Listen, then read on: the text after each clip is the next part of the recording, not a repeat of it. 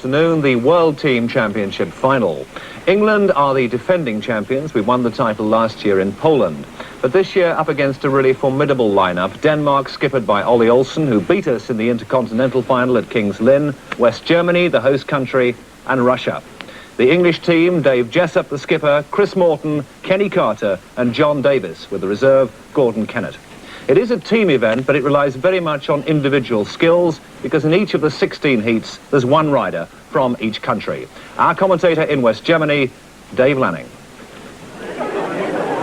So a swelteringly hot afternoon here at Olching, just south of Munich, for the 1981 World Team Championship Final. The title, of course, that England have won 4 times in the past 7 years, but this afternoon they have their backs to the wall. Without Michael Lee, the world individual champion, who is out with a respiratory complaint, without, of course, Peter Collins, such a feature of cup-winning squads in the past for England, and they faced the rampaging Danes, who beat them in the Intercontinental Final at King's Lynn, plus, of course, the dangerous, potent West Germans on their own track, and the mysterious but still slightly menacing Russians. So the English boys looking to have a hot afternoon in prospect in more ways than one.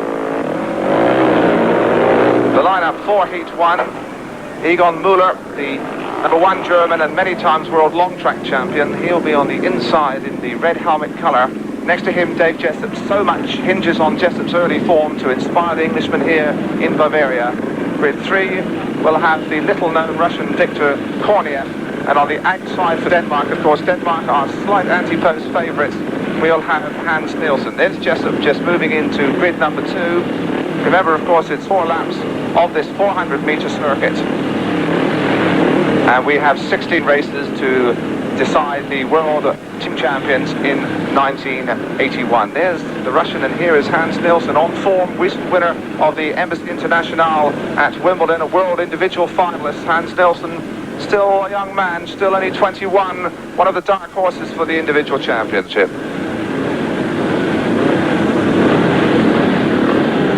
So the lineup for Heat 1, Müller on the inside, Jessup's in grid 2, in grid 3 is Viktor Korniev, and on the outside we have Hans Nielsen.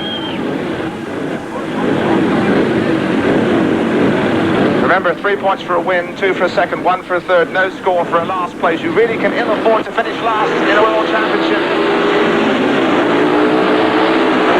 And away they go. It looks like Jessup has got the run up to the first corner. Nielsen was trouble on the outside. Jessup leads it. Second place is Müller. Third around the outside is the Russian Korniev. But it's Jessup in front and the Dane. Nielsen at the back after a terrible start. Nielsen now bursting through on the inside of the Russian Korniev, so he's into third place, and Müller's chasing hard after Dave Jessup. There is the battle, and Egon Müller on home dirt looks a lively handful. Jessup and Müller trying to widen it all around the outside. And Nielsen is back in touch, and this is a lively start to Heat 1. And Jessup has got to go for his life as Nielsen now comes up on the inside of Müller. And the first 3, there's not very much to choose between first and third, as Nielsen now moves through on the inside, and Jessup has stopped. Jessup's in trouble.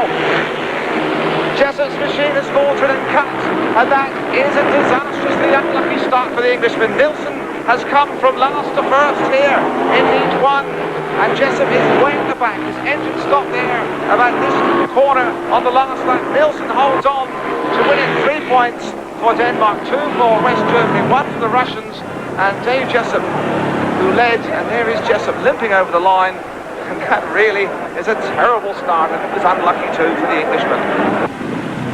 And the rider delaying the start of Heat number 4 is the Russian captain, Valery Gordeev, an old campaigner. We've seen him several times in individual and team cup events. Here's Kenny Carter for England, 20 years old. Kenny in his first World Cup final. A lot of responsibility on his shoulders because Denmark have made a tremendous start. Grid 2 has Valery Gordeev. Grid 3 is young Tommy Nansen, again only 19 years old, on the outside here for West Germany, and he could be a threat. George Hack. Here we go, Heat 4.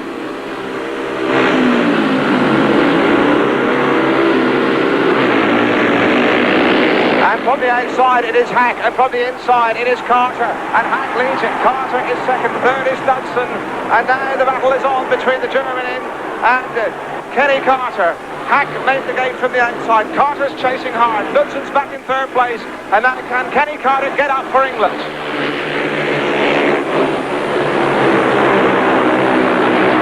And it really is getting tight there, and Carter will give nothing away as Hack locks up, and now Knudsen is up in contention around the outside of Kenny Carter for England, and here come the Danes. Carter holds off, Hack still in front. He thought the Germans might prove a bit of a handful. And Carter roaring through on the inside. It's getting awfully tight, and now Carter makes his movement. Carter moves through on the inside, but Hack is not finished, and they're absolutely shoulder to shoulder, and this is a tremendous heat 4. And it's terribly tight, really is. Hack moved across in front of Carter, blocked his move. Carter will now try the outside, though I don't think there's much drive there. And we have had 4 laps of classic Speedway, and now Carter again makes the inside run. Can he hold on for England? Carter inside, Hack on the outside. I think Nelson's going to go through as well. He has. So over the line, it's Carter for England. Second was Knudsen for Denmark, and George Hack from Germany, who made the running the whole way, was pipped into third place, and the German crowd just can't believe it. We've had 4 races, and there you can see the leaderboard. The Soviet Union back out of contention, as we rather thought they might be, on 2 points. England battling hard after a disappointing start on 7 points. Denmark on 10, the clear leaders. And the West Germans, who we thought might be a lively handful on home dirt, on 5 points. There's Kenny Carter, the old Yorkshire type. What a flying start to his World Cup debut he made. He really rode with all these typical Yorkshire grit to get up past George Hack, his rival from Germany, and going through, left a hole for the Dane, Tommy Knudsen as well. Tremendous start on Kenny Carter. We know this lad to battle out. Chris Morton, little lad from Bellevue, Manchester, waiting calmly enough for the start of Heat 5, just allowing the heat and pressure off the clutch, raising the back wheel. There's Karl Mayer. He's a good rider, this German. Won the World Long Track Championship and looked pretty sprightly in British League Speedway. He's on the inside. Karl Mayer from West Germany. The Germans back on 5 points overall. Grid 2 has Tommy Knudsen. Grid 3, Chris Morton. On the outside, Victor Korniev from the Soviet Union. And away they go, and it's Knudsen who shows in front for Denmark. Knudsen leads it. Second place, coming around the outside, is Chris Morton. Morton goes around the outside, and Mayer finds some drive from somewhere there as they all tightened up for second and third place. But Knudsen from Denmark, he was the rider who hit the trap. Second place now Mayer. Chris Morton with a fair bit of work to do back in third place.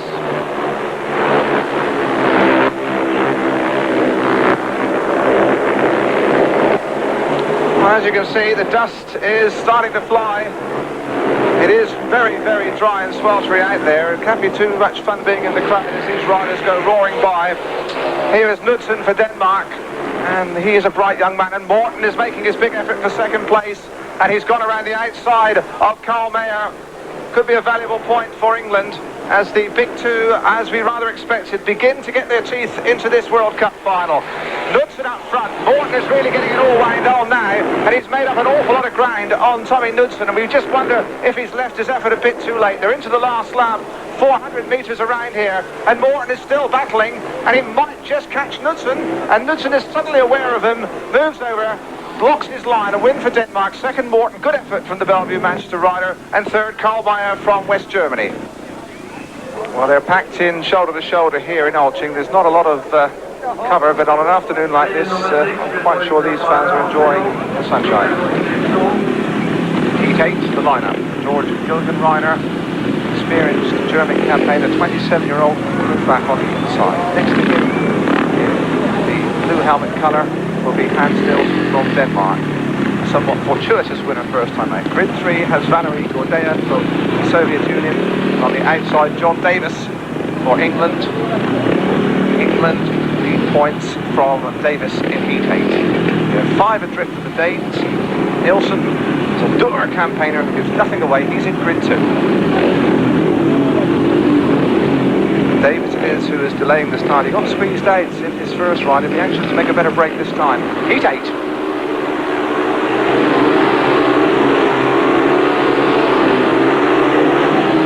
They seem to be waiting an awful long time for the referee to press the button. They're away this time, and Davis from the outside and Nielsen from the inside, and Nielsen has got the drop on him, although Gilgenreimer has shown for West Germany too on the inside.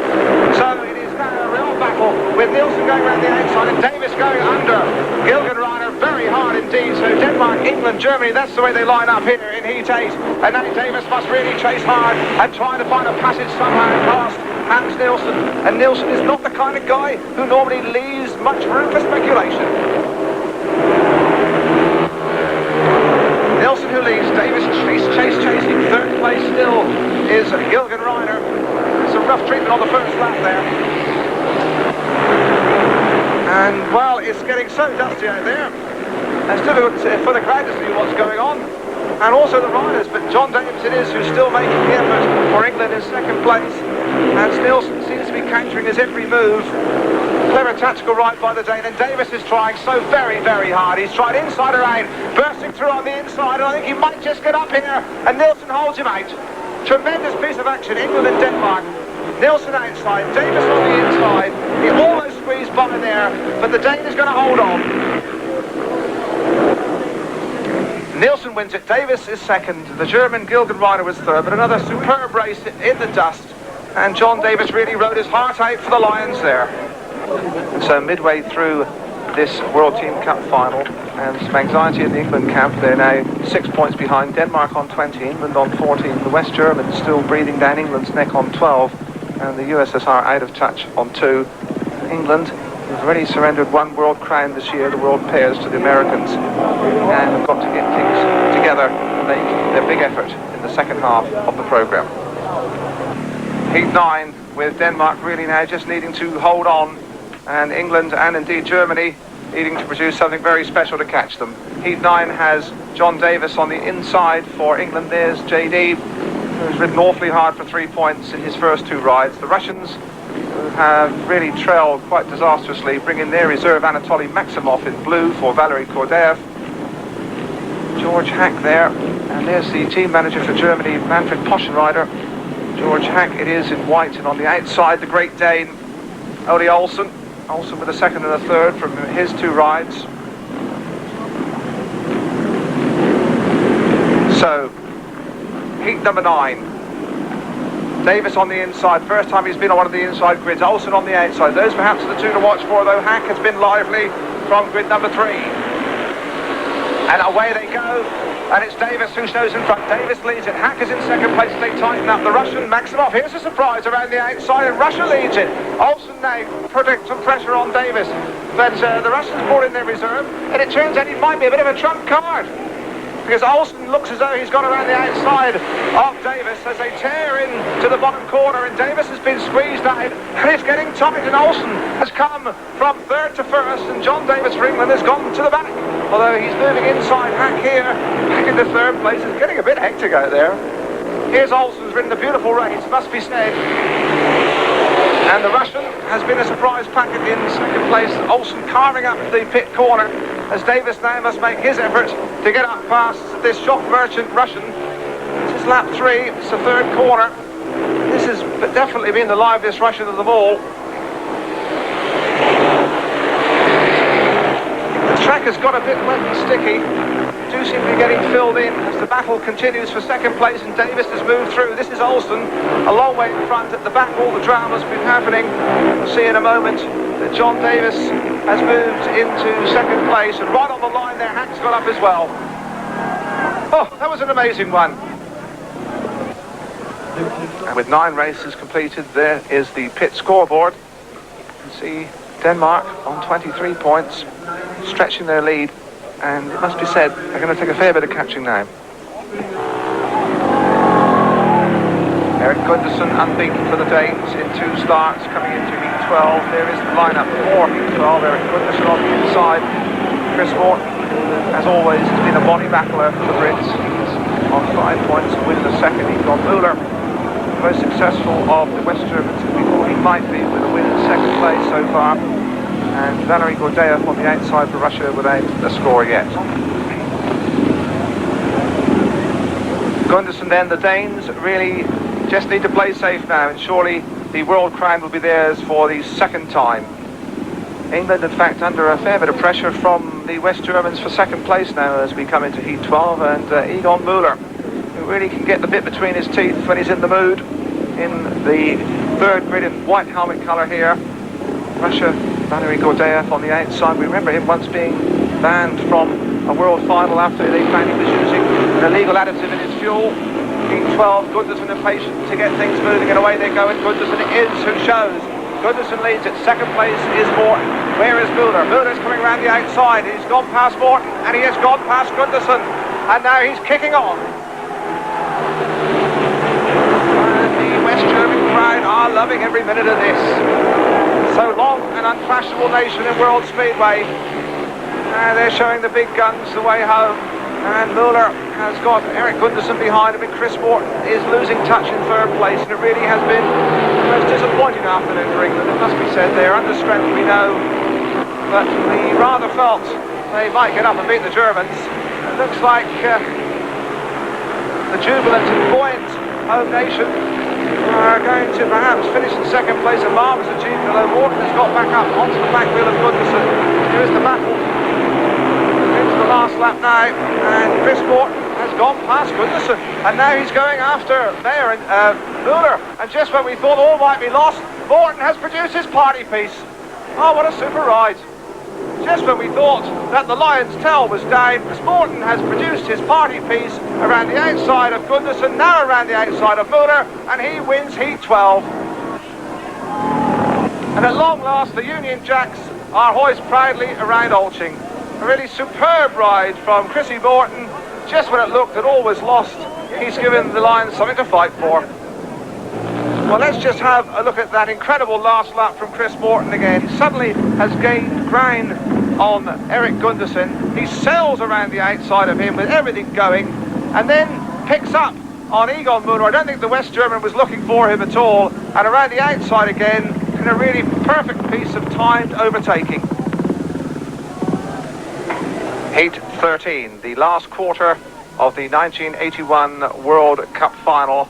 And the Danes, who have been in front throughout, now looking for just 5 points from these last 4 races for their second success in these championships. Tommy Knudsen it will be who will anchor their hopes here in Heat 13. And really, if he wins this one, it will surely all be over bar the shape. He's got Egon Müller out there to contend with on the outside from West Germany. As always, accomplished performer, lifts himself and his riding ability in front of his home crowd, who idolise this young man. He's from Kiel, a bit of a pop star, Egon Müller. Has been in the German charts on several occasions. Now it's not pop records, it's track records he's chasing in Heat 13. With Knudsen on the inside, John Davis got 5 points. It's been a bonny battler, hasn't had much luck for England. Grid 3 has Viktor Kuznetsov from the Soviet Union, and there is Müller, who really has given the crowd plenty to leap upon their toes for here in Olching this afternoon. So Heat 13, Knudsen on the inside, Davis Grid 2, Kuznetsov Grid 3, the outside, the home idol, Egon Müller. Heat number 13. And who will it be who breaks? In fact, it was Kuznetsov from Grid 3 who gets away, though Davis has shifted him over there. Knudsen's got a clear run on the inside. He leads now with Müller in second place. Davis is third, and the Denmark contingent on their feet now as Knudsen goes for home, although he has got Egon Müller buzzing most energetically on his back wheel, and Davis is moving it as well now. And Davis has shoved them over out the way, or has he? In the melee, it is Müller who shows in front, and Knudsen's going after him, and again we're getting something of a classic here.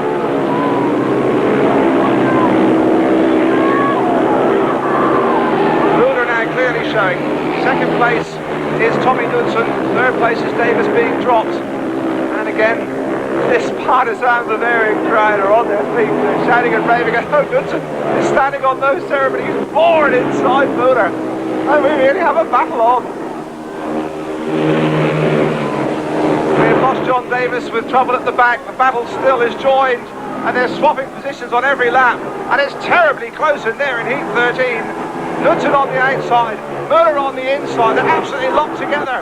Who's it going to be over the line? It is going to be Egon Müller waving to the crowd. It really was a fine piece of speedway action. The crowd absolutely loving every minute of it. But just look at this action again in replay. This is the last corner. You can see Müller just gets his nose in front. Knudsen had ridden him hard the whole way. And as they come up to the checkered flag, there goes Egon Moeller saluting the crowd before he's even got over the line, but it was a splendid effort. Heat 14, and here, to all intents and purposes, the Danes could wrap up the world title. They only really need a third place to put themselves in an uncatchable position, and they've got Erik Gundersen in the blue helmet colour to try and wrap it up for them. On the inside, though, the Russian, that's Viktor Korniev. Grid 2 has Gundersen, grid 3 has George Gilgenreiner. On the outside, England's battling young Kenny Carter. Here we go for heat 14, and the tapes were very nearly broken by the Russian. Referee Christer Bergström from Sweden, allowing them time to resettle. Here we go again. And Carter has had a flyer from the outside, and so too has Gundersen from grid 2. So Carter coming sweeping around the outside, he leads it. Gundersen is second, in third place is Gilgenreiner, but that really was a picture start from Kenny Carter. Carter leads, second place Gundersen, third is Gilgenreiner. And the Danes, well, I don't think they'll be too concerned about this. It's good news for England because the Germans had got their noses in front of them for second place. The second place here will be enough for Denmark. We have lost the rider in red, the Russian, that's Korniev. Nobody really is too concerned about that because the Russians are way out of touch. There he is. But if they stay as they are, and it doesn't look as though there is going to be any major change short of some kind of mechanical defect, this really should be enough for the Danes. Gundersen sitting back, Carter leading, third place the German. But Kenny Carter, who made that tremendous start from the outside, came roaring around the boards. It's going to win heat 14. But that effort has just come a bit too late for the English side because the Danes, for that second place, as Gundersen goes over the line, have now wrapped up their second World Cup success, and they're going to be waiting for him back at the pit gate.